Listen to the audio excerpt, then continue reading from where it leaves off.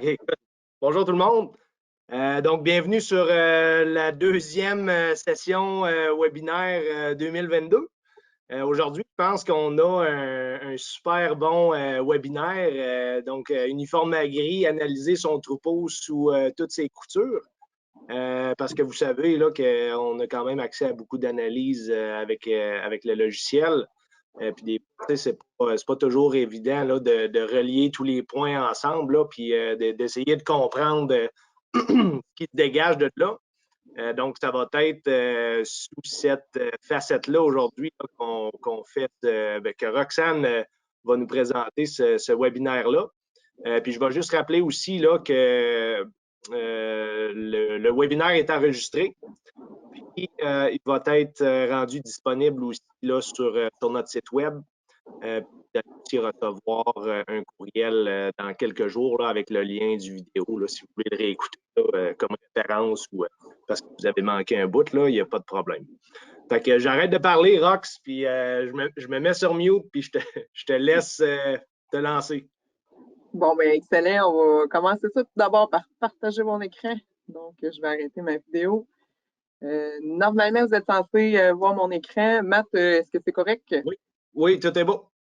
Bon, bien, excellent. Fait qu'aujourd'hui, c'est ça, on voulait vous présenter un webinaire concernant l'analyse de son troupeau, en fait, avec Uniforme, parce qu'il y a plusieurs possibilités. Fait que la ferme que vous avez, je vais vous la décrire un peu, là, parce que normalement, vous, quand vous analysez vos données, vous connaissez votre ferme. Fait que c'est plus simple. Mais là, cette ferme-là, je vais vous donner un petit topo. Donc, eux, ils ont commencé avec, c'est une ferme canadienne, soit dit en passant, ils ont commencé avec le logiciel Uniforme en 2019. Ils ont un lien avec une salle de traite, ils ont aussi un lien avec un système d'activité. Ils font du contrôle laitier officiel, puis ils font 3 traites par jour depuis bon nombre d'années. Fait que c'est pas quelque chose de nouveau nécessairement à cette ferme-là. Aujourd'hui, on va passer à travers plusieurs rapports. Naturellement, je trouve que ce webinaire-là, c'est un peu plus pour les gens qui sont avancés peut-être avec Uniforme. Je ne vais pas vous expliquer sont où les rapports, comment avoir accès à différentes fonctionnalités. Là, je veux vraiment focuser sur l'analyse comme telle. Fait qu'aujourd'hui, on va passer au travers de la section fertilité, à travers la section santé réforme, puis finalement, si on a le temps, avec la production, avec le PPS, puis le graphique de production laitière. Fait que lançons-nous immédiatement. Donc, moi, dans le fond, ce que j'ai fait tantôt, c'est que j'ai tout ouvert, en fait, les rapports dans lesquels on va aller, fait qu'ils sont tous, en fait, minimisés en bas. Fait qu'à chaque fois que je vais ouvrir un rapport, en fait, je vais passer par là. Mais si vous voulez les retrouver facilement parce que vous voulez reproduire, en fait, cette analyse dans votre troupeau, faites juste remarquer, en fait, en haut complètement, je vais avoir ici un numéro de rapport. Fait que vous voyez, c'est marqué 3.1. Fait que si vous voulez retrouver rapidement ces rapports-là dans votre logiciel, vous avez juste à les inscrire dans votre fonction recherche, puis vous allez les retrouver facilement de cette façon-là. Fait que justement, commençons donc par la première analyse qui est l'analyse de fertilité. Mais juste avant, je veux juste vous montrer le tableau de bord un petit peu. Donc, c'est sûr que quand je prends une ferme en exemple comme ça, ben, c'est sûr que moi, mon but, en fait, c'est de trouver un problème. C'est pas nécessairement de vous dire que tout est beau, tout est rose, puis tout va bien. Mais quand j'ai regardé d'un premier coup d'œil cette ferme-là, je me suis dit, mon Dieu, ça va bien. Ça va être dur de trouver un problème ici, mais on va quand même passer au travers de tous les rapports pour aller voir s'il n'y a pas des choses qu'on pourrait améliorer. Donc, si on regarde rapidement, intervalle vélage 338, 364 pour l'année précédente, l'âge de vélage au génisse à plus ou moins 22 mois, les taux d'insémination, de conception, de gestation quand même assez élevés. On voit ici qu'on a un pourcentage de veau mâné peut-être un peu plus élevé. Puis notre nombre de jours de lait moyen. On a une production laitière depuis notre salle de traite au niveau des PPS à 55 kg. Notre production de lait réel à 37,3. Fait que, je pense qu'au niveau soit de la production, de la reproduction, on est quand même assez en contrôle des composantes ici. Fait que là, on va y aller étape par étape. On va commencer donc avec analyse de fertilité. Je vais commencer en fait par le troupeau en général. Donc, j'ai mis une analyse ici sur les 4 dernières années. Donc, comme je vous l'ai dit tantôt, eux ont commencé en 2019 avec le logiciel. Fait que là, on peut voir ici notre troupeau, ben, il y a eu quand même une certaine fluctuation au niveau du nombre de vaches. Fait qu'on a commencé à plus ou moins 300, puis on est à plus ou moins 350. Fait qu'il y a une augmentation d'à peu près une cinquantaine de vaches en lactation au niveau des 4 dernières années. Bon, naturellement, ça doit suivre un peu le flow là, pour l'achat de quotas. Là. Vous savez comment ça marche aussi bien que moi. Là. Ensuite, on a aussi une production laitière 305 jours qui tend à augmenter. Donc, ça, c'est une bonne nouvelle. On cherche toujours à être plus efficace, plus rentable. Donc, on voit que c'est quelque chose sur lequel ils ont probablement focusé aussi. Dans notre section jeunes, où ce que je veux attirer un peu votre attention, c'est au niveau là, du nombre de mâles, de femelles, de jumeaux. Donc, si on a une stratégie à la ferme de faire de la semence sexée, par exemple, ben, c'est bien d'aller là, puis pour aller voir, ben, j'ai-tu 50 de femelles, 50 de mâles quand je fais de la semence sexée? Est-ce que le jeu en vaut la chandelle? J'ai-tu vraiment un résultat probant avec cette stratégie-là? Fait que ça peut vous indiquer cette information-là.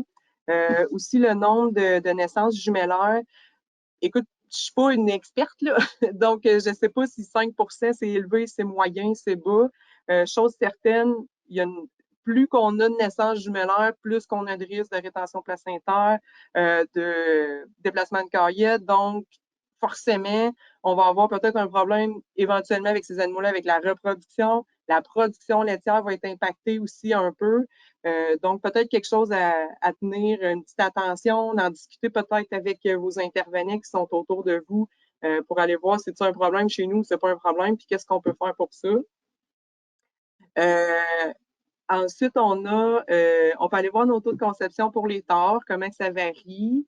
Je pense que tout ça va quand même pas si mal, somme toute, quand on regarde ça. Si on va ici dans la section fertilité, je veux juste aller voir en fait les intervalles vêlage. On a beaucoup de questions. On a beaucoup de questions en fait par rapport aux intervalles vêlage réels, intervalles vêlage prévus. Donc, les intervalles vêlage réels, c'est vraiment ce qui s'est passé. Donc, l'animal, quand il a vêlu, il y avait quel nombre de jours d'intervalle avec le vêlage précédent. Fait que ça, c'est du concret. Fait qu'ici, on a toujours eu une variation entre plus ou moins 400, puis une tendance aussi à la baisse. Puis si on regarde les intervalles vêlage prévus, ben c'est encore du même ordre, là, fait qu'à plus ou moins 5 jours, on est dans le même ordre de grandeur. Fait que je pense que ça va somme toute assez bien. On va aller finalement regarder la dernière ligne. Cette ligne-ci, c'est pas quelque chose, je pense que vous allez vous attarder beaucoup, mais je veux quand même soulever le point. C'est le nombre de données suspectes. Fait que comme je l'ai dit tantôt, eux, ils ont démarré en 2019. Donc, on voit qu'en 2019, j'avais 15 données suspectes, mais en 2018, ils faisaient la gestion depuis le logiciel avec la salle de traite. Donc, on avait 103 données suspectes. C'est une des forces du logiciel Uniforme Agri de valider les données. Des fois, on trouve ça gossant parce qu'on va tarir une vache puis il va nous dire elle est tarie trop tôt, voulez-vous continuer? Mais ce genre de questions-là et ce genre de validation-là fait en sorte que quand vous rentrez vos données, elles sont bonnes, elles sont validées, puis surtout, ça nous permet de faire une analyse aujourd'hui qui est précise et qui est fiable. Fait que, tu sais, si on voit la variation ici des données suspectes, en fait, ça peut être toutes sortes de choses. En fait, c'est des données que le logiciel n'aime pas. En gros, c'est à peu près ça. Tu sais, on parle de 20... Excuse, Roxane, peut-être juste rajouter un petit quelque chose sur les données suspectes. Là, soit dit en passant, à chaque fois qu'on échange les données avec un intervenant, que ce soit avec le VET ou le contrôle laitier, il y a une validation de données automatiquement qui va se faire pour que l'échange démarre ce processus-là. Là. Puis, on est sûr d'envoyer des bonnes données là, à nos intervenants. Exactement, parce que tu sais, c'est important pour nous, mais c'est important pour les autres aussi. Donc, si je continue à ce niveau-là, tu sais, si on parle ici d'une ferme qu'on a 21 données suspectes, on parle d'à peu près plus ou moins 600 animaux à s'occuper. Tu sais, je pense qu'on a aussi un client, on a affaire à un client, en fait, qui est consciencieux aussi dans l'entrée de données. Là. Fait que plus qu'on en rentre, plus que le logiciel va nous en donner. Puis ici, ça va être un bel exemple avec ce qu'on va passer au travers. Fait que ça fait un peu le tour de piste pour le premier rapport. Bon, naturellement, je ne pouvais pas passer à côté du Fertilité USA. Tu sais, c'est vraiment un rapport clé là, du logiciel. Là. Aujourd'hui, je voulais peut-être focusser sur une chose que peut-être des fois on ne regarde pas tant que ça. Donc, c'est possible dans le taux d'insémination et taux de gestation là, de changer le type d'animal qu'on veut évaluer par, ici, par les jeunes ou les vélés. Là, je voulais un petit peu plus focuser sur les jeunes. Puis, je vais grouper par âge. Ici, dans nos paramètres généraux du système, on avait mis en place 300 jours pour la première insémination. Donc, 300 jours, si on calcule vite, on parle de 10 mois. Fait que, tu sais, 10 mois, est-ce que c'est vraiment quelque chose, est-ce que c'est vraiment un objectif qui est atteignable ou c'est peut-être plus utopique? Mais tu sais, si on regarde les données ici, entre 300 jours et 320 jours, donc 10 mois et demi, tu sais, j'en aurais 113 animaux d'éligibles, j'en ai inséminé seulement 5. Fait que, tu sais, c'est-tu vraiment un goal, le 300, ou c'est plus, je commence à enregistrer les chaleurs plutôt que de faire les inséminations? Ça n'a pas d'incidence sur les taux comme tels, mais c'est peut-être plus d'un fois de se dire, OK, c'est-tu vraiment atteignable ce que je me suis imposé comme cible? Fait que, puis tu sais, si on regarde plus bas, tu sais, si on regarde ici les données peut-être plus de 342 ou même 365 jours, qui est comme un an, bien là, je pense que ça fait plus de sens parce que là, on en insémine beaucoup plus, là. Fait que oui, on veut avoir des animaux qui veulent à 22 mois, comme on a vu au début dans l'analyse de fertilité. Pour ce faire, il faut commencer tôt. Fait que je pense que c'est un peu la cible à atteindre pour ce troupeau-là. Mais toujours garder en tête, est-ce que je me suis fixé comme cible, c'est-tu atteignable, c'est-tu réalisable? Donc, on avait cette partie que je voulais évaluer, mais on a quand même un assez bon taux. Le taux d'insémination est quand même pas tant élevé à cause de ça, parce qu'on commence très tôt, entre guillemets. Fait que, si on changeait ces cibles-là, peut-être qu'on aurait un meilleur taux d'insémination parce qu'on en manquerait moins, entre guillemets, à 300 jours. Mais quand on est au fait de ça puis qu'on sait d'où la donnée vient, c'est un peu moins, ça nous dérange un peu moins. Puis on a un taux de gestation aussi à plus ou moins 18 On va mouver dans le taux de conception. Le taux de conception, ben, si vous êtes déjà allé, là, vous savez qu'on peut faire toutes sortes de choses avec ce rapport-là. Ben, on peut, entre autres, savoir de quel groupe avec lequel on veut travailler. Donc, les vélés, les jeunes ou les deux ensemble. Puis, on peut grouper pour faire notre analyse depuis plusieurs sujets, en fait. J'ai choisi le premier ici par date. Parce que c'est intéressant de voir la fluctuation de notre taux de conception à travers une année. Fait que là, dans cette fenêtre-là, en fait, j'évalue l'année du 1er janvier 2021 au 1er janvier 2022, donc l'année passée complète. Et si j'ai classe ici par taux de conception, vous voyez, j'ai le meilleur au moins bon, puis ma section graphique me le démontre très bien. Fait que j'ai eu mars, juin, juillet, là, des mois très, très forts au niveau des taux de conception, là, 61, 60 Je pense que c'est quand même assez exceptionnel là, au niveau de la conception. Puis si vous vous rappelez votre mois d'août, peut-être que ça explique pourquoi qu'on a baissé quand même, entre guillemets, drastiquement par rapport à la situation de départ. Il y a fait chaud, on a eu des canicules, donc c'est sûr que les animaux s'en ressentent. Donc, le taux de conception a baissé, c'est pas dramatique, mais c'est normal qu'il ait baissé. Fait que quand on a une raison qui explique pourquoi qu'on a eu une baisse, parce que des fois, le fait qu'on a une amélioration, une diminution d'une certaine donnée, des fois, c'est hors de notre contrôle. Mais quand on sait d'où ça vient, c'est plus rassurant, je pense. On pourrait aussi regarder les vaches, comment que ça va aussi, c'est un peu du même ordre. Donc, on voit un peu qu'est-ce qui s'est passé avec eux. Puis le mois d'août a vraiment été difficile pour les vaches. Là. Je pense que c'est eux qui ont plus mangé la claque un peu avec cette canicule. Et dernière chose que je voulais qu'on ait voir, c'est par taureau d'insémination. Si on a une stratégie, en fait, d'insémination qu'on fait à la ferme du genre, j'utilise des taureaux de boucherie, j'utilise des taureaux en semences sexées, ben, c'est bien, en fait, de venir regarder un peu qu'est-ce qui se passe avec ça. Donc, je sais que cette ferme-là utilise du limousin pour faire, en fait, que ce soit pour de la reproduction, fait que les animaux qui n'ont pas collé après un certain nombre d'essais, ça va être ça qui va être utilisé. Il y a des animaux qui vont juste pas être inséminés pour la relève parce qu'ils font de la semence sexée. On utilise aussi un hybride Angus cimental pour justement nous aider avec notre reproduction. Fait que, on peut voir un peu, si moi j'ai commencé à essayer ou à utiliser ces taureaux-là, je vais juste les mettre en ordre d'inséminer pour voir lequel j'ai fait le plus de doses. Donc, on voit ici que mon taureau Angus cimental, j'ai fait 200 doses sur des animaux qui sont problématiques et des animaux que je ne veux pas nécessairement élever, mais j'ai quand même un taux de conception à 38 %. Fait que j'ai des animaux durs à mettre en veau, je mets un taureau qui est plus fertile, fait que j'atteins ma cible. Fait que ça peut être intéressant de venir l'évaluer au même titre que les Angus. Fait que vous voyez, c'est quand même 2 taureaux en importance qui ont été utilisés, mais au moins le taux de conception, il frôle celui, en fait, de la moyenne. Fait que c'est sûr qu'on va toujours être meilleur, mais dans ce cas-ci, je pense que c'est quand même, l'objectif est atteint. Là, j'ai parlé de semences de boucherie, mais souvent, on va parler de semences sexées. Malheureusement, la semence sexée, c'est pas là qu'on va trouver les taux de conception. Fait que ça va vraiment être caché dans un rapport qui s'appelle Analyse des inséminations. Donc, analyse des inséminations, il y a plusieurs choses. Moi, je ne vais pas vraiment là, vous montrer tous les rapports. Moi, je veux juste aller vous montrer est cachée où la semence sexée. Elle est cachée, en fait, dans l'aperçu. Fait que via les propriétés, vous choisissez la période, la plage que vous voulez évaluer. Et dans Aperçu, quand vous cliquez sur Aperçu, vous allez avoir un rapport de plusieurs pages. Moi, je vais vous montrer, là, je les ai mis je les ai comme déjà imprimés parce que c'est quand même un rapport assez exhaustif. J'ai 55 pages. Donc, je vous ai sorti premièrement l'année 2021. Fait que vous voyez ici, j'ai marqué fertilité 2021. Et à la dernière ou à l'avant-dernière page, c'est là que la semence différenciée femelle est cachée. C'est vrai qu'elle est cachée, là, donc je vous le dis pour que vous soyez capable d'aller voir c'est où c'est situé exactement. Donc, ma semence différenciée femelle, j'en ai fait 111 doses dans mes tares, j'en ai fait 28 dans mes génisses. Donc, ça, les génisses, c'est nos premières lactations.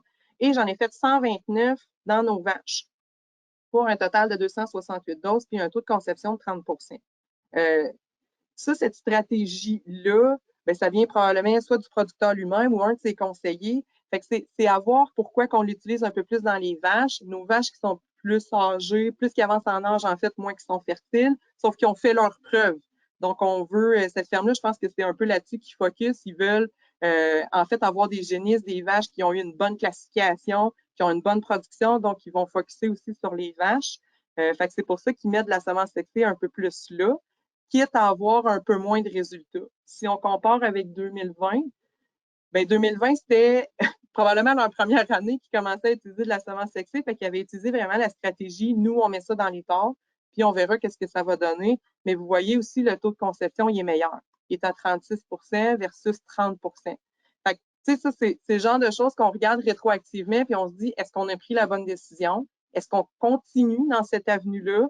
Est-ce qu'on change notre fusil d'épaule? Tu sais, c'est pas, ça va pas changer de tout au tout votre régie, mais ça permet de mettre des chiffres sur une impression ou sur un feeling que vous avez. Ça, c'est indéniable. C'est ça qui s'est passé. On en a inséminé. Il y en a combien de gestantes? Il n'y a pas de préférence. L'animal était classé 95 points ou était classé 80 points. C'est vraiment basé sur les performances réelles. Donc, si je retourne dans mon uniforme, là, c'est qu'on a parlé beaucoup de fertilité, on va s'en aller un peu plus vers l'analyse de santé. Donc, analyse des données de santé. Encore, tu sais, je pense que tout ça que je vais vous montrer, je vais toujours avoir le même mot. C'est intéressant d'y aller. Donc, celle-ci, je voulais juste vous montrer qu'est-ce qui est possible de faire. Donc, comme tous les rapports, on peut les trier par ordre en fait, de cas, nombre totaux de cas que j'ai eu. Fait que j'ai cliqué ici pour le filtrer. Donc, le premier en haut, problème respiratoire. Là, je ne veux pas dire que je suis contente, mais enfin, on a trouvé quelque chose à aller chercher un peu plus approfondi. Donc, les problèmes respiratoires, c'est un enjeu sur cette ferme. Ils en sont conscients. Puis, ils ont développé aussi certaines méthodes, en fait, de prévention, de vaccination, justement parce qu'ils savent que c'est un enjeu. Après ça, bon, je sais qu'eux autres, ils font des tests pour les leucoses. Donc, là, ils en ont fait récemment. Là, fait que c'est pour ça qu'on a beaucoup, beaucoup de cas en janvier. Là. Fait que c'est une chose qu'ils ont décidé de commencer à faire, entre autres pour la qualité du colostrum, pour transmettre une meilleure immunité à leurs veaux. Donc, les vaches qui sont testées leucose, ils ne vont pas donner le colostrum aux veaux. Donc, c'est pour ça que c'est important pour eux de faire ce test-là. Et après ça, on arrive avec les mammites en troisième position. Donc, on voit c'est quoi les principaux enjeux ici, problèmes respiratoires, les mammites. Dans les propriétés, je peux venir juste montrer, par exemple, je veux aller avoir juste les problèmes pulmonaires, puis juste les cas de mammites, par exemple. D'où l'importance pourquoi le logiciel, on a des catégories de maladies. Fait que, tu sais, on a des catégories de problèmes pulmonaires, puis là-dedans se trouve tout un tas de maladies. Fait que là, on peut voir vraiment c'est quoi les problèmes pulmonaires, ça représente quoi. Donc ici, j'en ai 269 cas. J'ai 5 pneumonies ici, des infections respiratoires, de la toux, respire rapide. Fait que, ça englobe beaucoup de choses là, en même temps.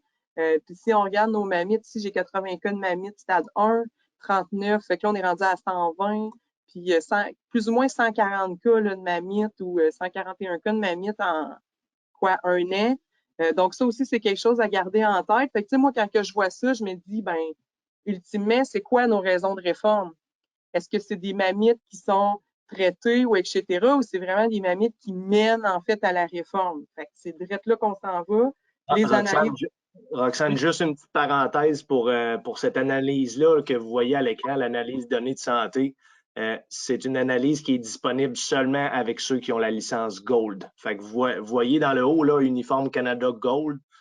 Si vous avez la licence Silver, ce n'est pas une analyse que vous allez retrouver dans votre logiciel.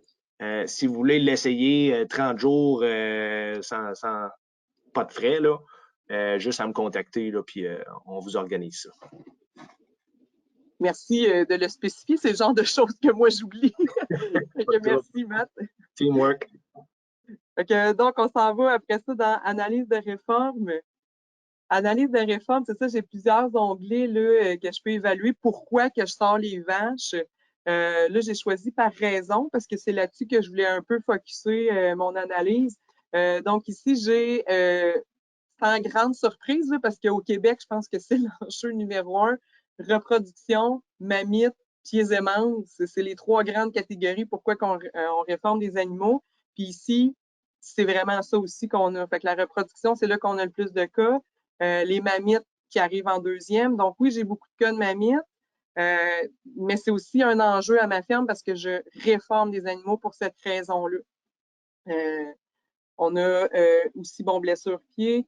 Mais vous voyez, les pneumonies, ils sont juste en bas. Moi, je sais, en fait, puis si vous étiez le propriétaire de cette ferme-là, vous comprendriez tout de suite parce que dans le fond, vous ne réformez pas nécessairement des animaux pour ça. Vous allez peut-être plus avoir des morts ou encore, ce qu'on a à cette ferme, c'est plutôt des pneumonies ou des problèmes pulmonaires en jeune âge. Puis comme il y a un protocole très agressif de vaccination, mais aussi très proactif au niveau du curatif, ça fait en sorte que les animaux s'en sortent. Mais ça a un coût, tout ça. Fait que, donc, OK, on ne les réforme pas pour cette raison-là, mais n'empêche que c'est quand même quelque chose d'important de garder en tête là, pour les pneumonies. Fait que, tu sais, ceux, ils sont déjà au courant, puis je pense qu'ils ont déjà travaillé pas mal fort, puis ils n'arrêtent pas non plus à ce niveau-là. Mais si on parle, si on revient aux mammites, en fait, bien, quand on a des cas de mammites, souvent, on va se faire proposer de faire différents traitements de tarissement. Et là, la grande question, c'est ça donne-tu quelque chose? Tu sais, si j'ai différents types de traitements de tarissement, est-ce que est-ce que mes animaux, en fait, ils vont-tu guérir ou pas? Donc, ici, dans traitement, dans le fond, c'est dans la section analyse de tarissement, puis c'est dans traitement production de lait. C'est pas un rapport, je pense qu'on a parlé beaucoup là, à venir jusqu'à date, que ce soit en webinaire ou en formation. Mais c'est intéressant dans ce cas-ci. Les mammites, c'est un problème, donc on prend une action qui est de dire de faire différents types de traitements. J'en ai 3. Donc, vous les voyez en bas, j'ai un traitement qui est orbicide seulement, qui est complètement ici à droite. Donc, juste un selen. Pour les animaux qui ont des CCS basses, comme ils font du contrôle laitier, ben, ils savent exactement les animaux qui ont des CCS hautes ou basses. Ensuite, ils font aussi un vaccin TopVac. C'est pour ça qu'on voit TopVac ici au bout de chacun. Ça, tous les animaux en reçoivent. Après ça, leur deuxième type de traitement, c'est céphalrail orbicide. Fait que là, les animaux qui ont un comptage cellulaire un petit peu plus haut ou qui ont eu des cas de mammites, ils vont y aller avec cette option-là. Et finalement, la dernière option, qui est le traitement choc, qui est céphalrail mycotyle orbicide. Ça, vous avez probablement déjà vu ça dans votre vie. Là. Donc, quand on regarde le graphique comme tel, qu'est-ce qu'il nous montre? On a en haut différentes couleurs. Là. Donc, si je prends le premier traitement, en haut, la section en rouge, ça, c'est nos animaux que quand ils ont vêlé, suite à ce traitement de tarissement-là, au vêlage, eux autres, ils ont eu des nouveaux cas. En fait, il y avait des cellules somatiques élevées, donc c'était un nouveau cas de vaches abonnées au CCS. Ensuite, on avait 2 des vaches qui étaient chroniques, fait qu'ils étaient déjà hautes avant le tarissement, puis ils sont encore hautes après. Donc ça, c'est des vaches chroniques. On en avait 20 en fait en vert qui sont considérés guéris.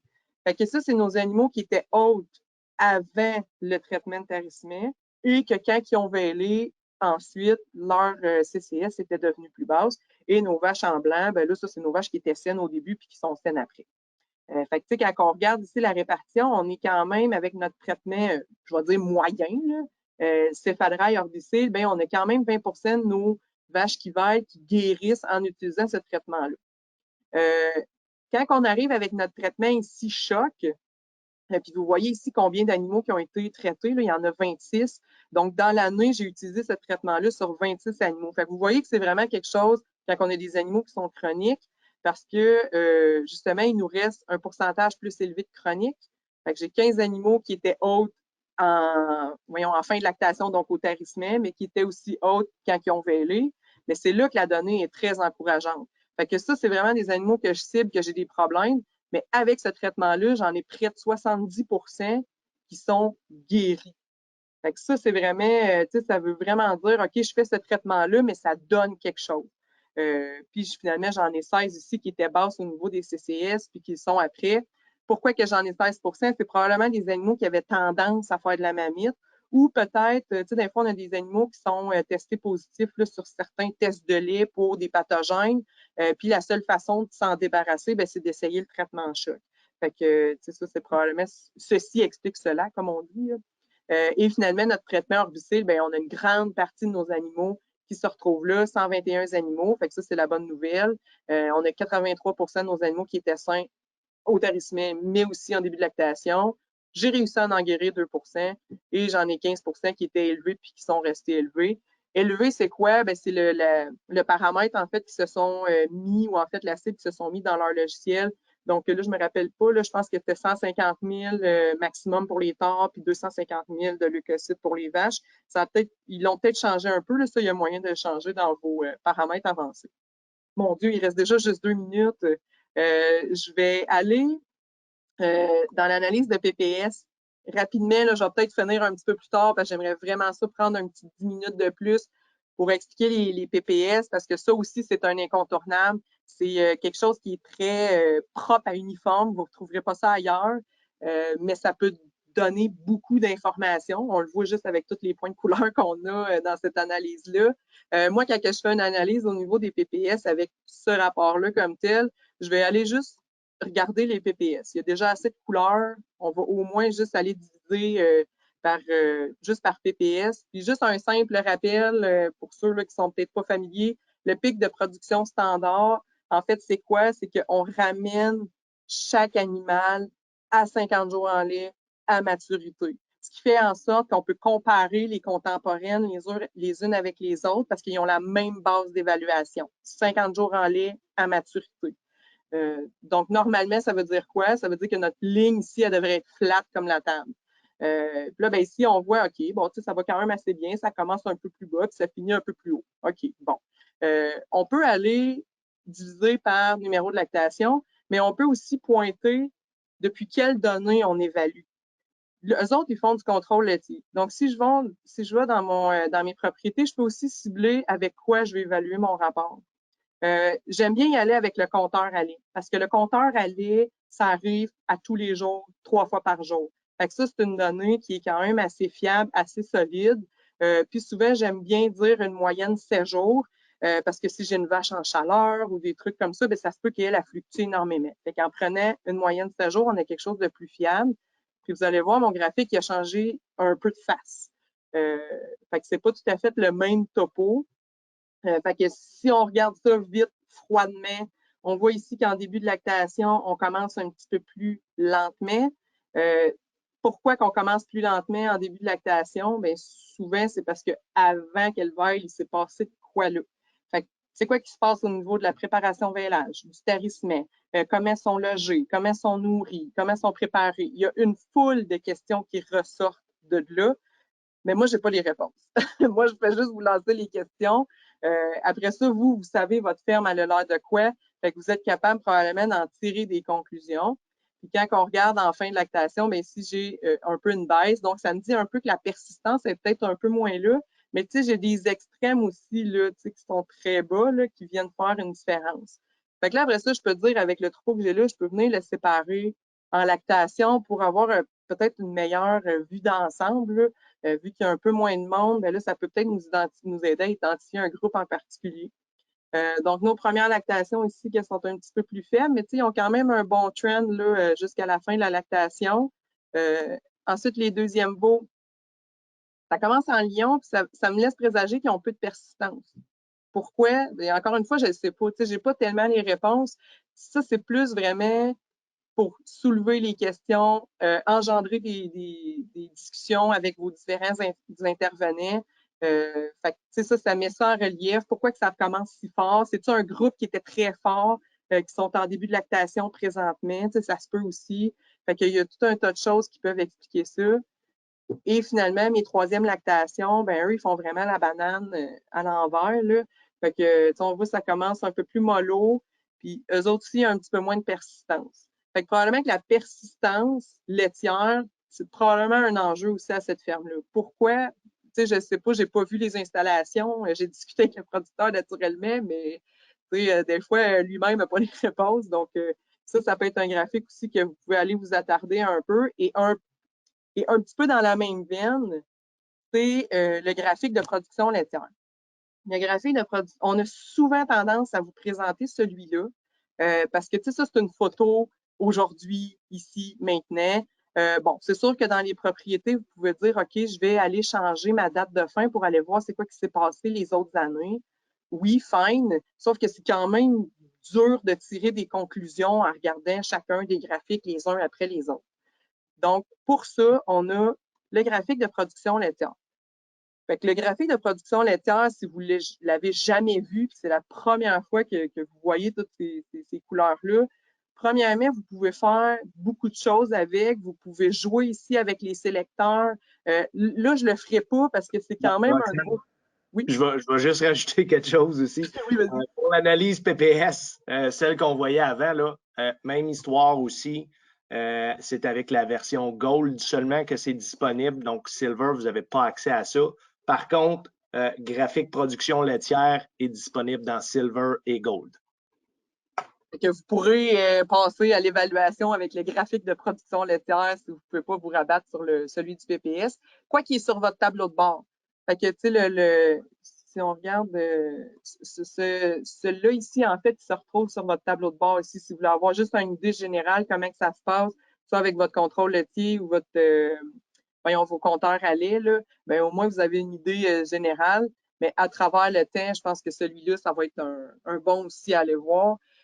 Donc, ce que je disais, c'est que ce rapport-là, vous pouvez modifier les sélecteurs pas mal comme bon vous semble. Ça va vous donner différents points de vue, différentes analyses. Ça dépend naturellement de ce que vous cherchez, ce que vous voulez savoir ou de quoi vous discutez. Puis ça, c'est le genre de rapport qui est le fun à aller regarder avec votre nutritionniste, par exemple. Parce que souvent, lui, il va regarder ça d'un autre œil que nous autres. Fait que ça peut être intéressant de soulever la discussion avec lui. Donc, par défaut, ici, j'évalue l'année 2022. Fait qu'on voit vraiment là, qui j'analyse.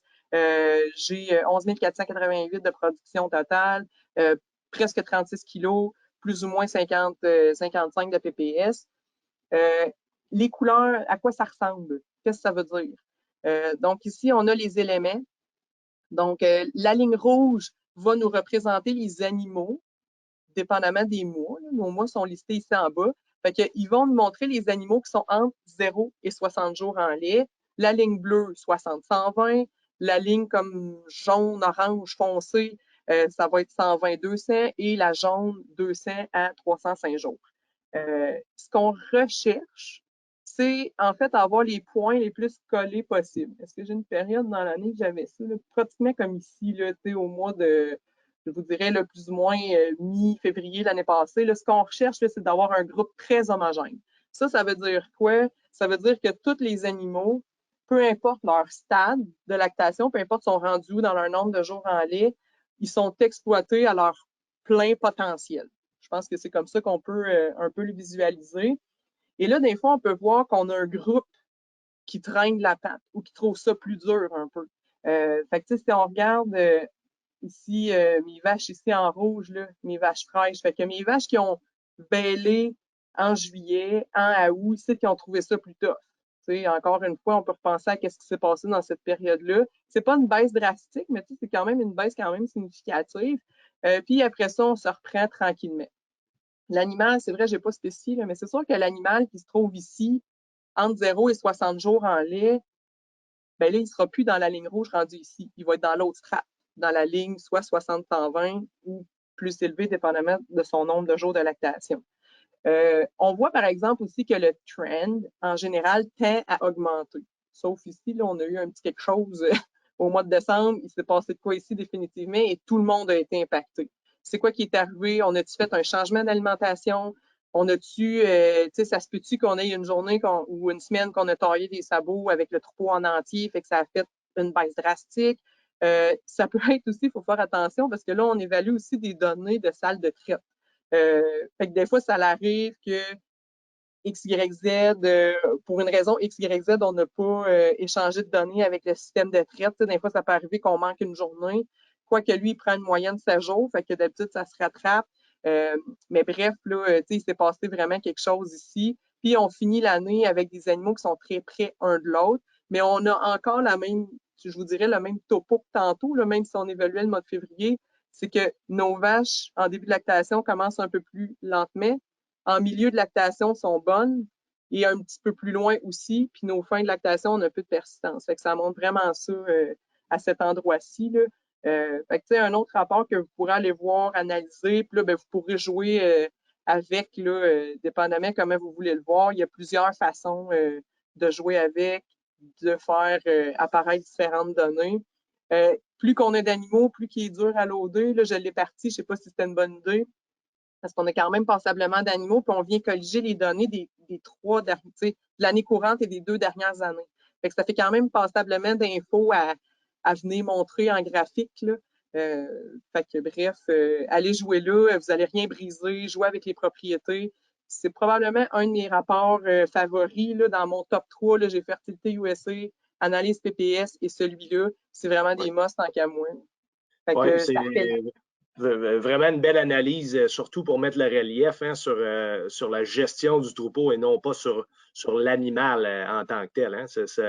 Ça nous uniformise, là, sans vouloir faire de jeu de mots, là, ça uniformise nos animaux tous ensemble, qu'ils soient en première ou en 7e lactation. Puis on vient vraiment mettre le relief là, sur la gestion du troupeau. Écoute, c'est le tour de piste qu'on fait pour une analyse. Puis on n'a pas passé au travers de tout. Hein. J'ai focusé sur des choses, je pense, qui étaient les plus intéressantes. Une demi-heure, ça va vite. Là, j'ai dépassé 10 minutes mon temps alloué. Je vous remercie d'avoir écouté tout ce temps-là. Puis, si vous avez plus de questions ou des fois, si vous avez une problématique quelconque à la ferme, puis vous voulez être capable de sortir l'analyse qui peut vous aider à mettre un chiffre sur votre impression, vous pouvez appeler du soutien technique. Là, ça fait partie aussi de notre job. Là. Des fois, on ne règle pas juste des problèmes, on peut vous continuer à vous former. Parce qu'il y a tellement de choses à savoir dans l'uniforme que dans une formation initiale, on ne peut pas tout vous expliquer ça c'est clair. Oui, absolument. J'ai pas de questions écrites ni vocales, là. Mais on est quand même capable de voir là, que les gens sont attentifs. On est capable de voir si vous regardez l'écran. Imaginez-vous donc. Puis je peux te dire, Roxane, que sur la trolley de participants qu'on a, là, les gens sont restés très, très attentifs. Là, fait que merci beaucoup. C'était très clair, je pense. Puis encore une fois, je vais le redire, là, mais ça va être disponible en enregistrement. Là. Vous allez recevoir un lien par courriel là, dans les prochains jours. Fait que vous allez pouvoir vous y référer. Là. Fait que, je vous dis. Ça conclut notre deuxième webinaire, je pense. Oui, parfait comme ça. Un gros merci, Roxane. Un gros merci à tout le monde. Puis on se voit encore la semaine prochaine, la même batte chaîne puis la même batte heure. Merci. Bonne journée tout le monde.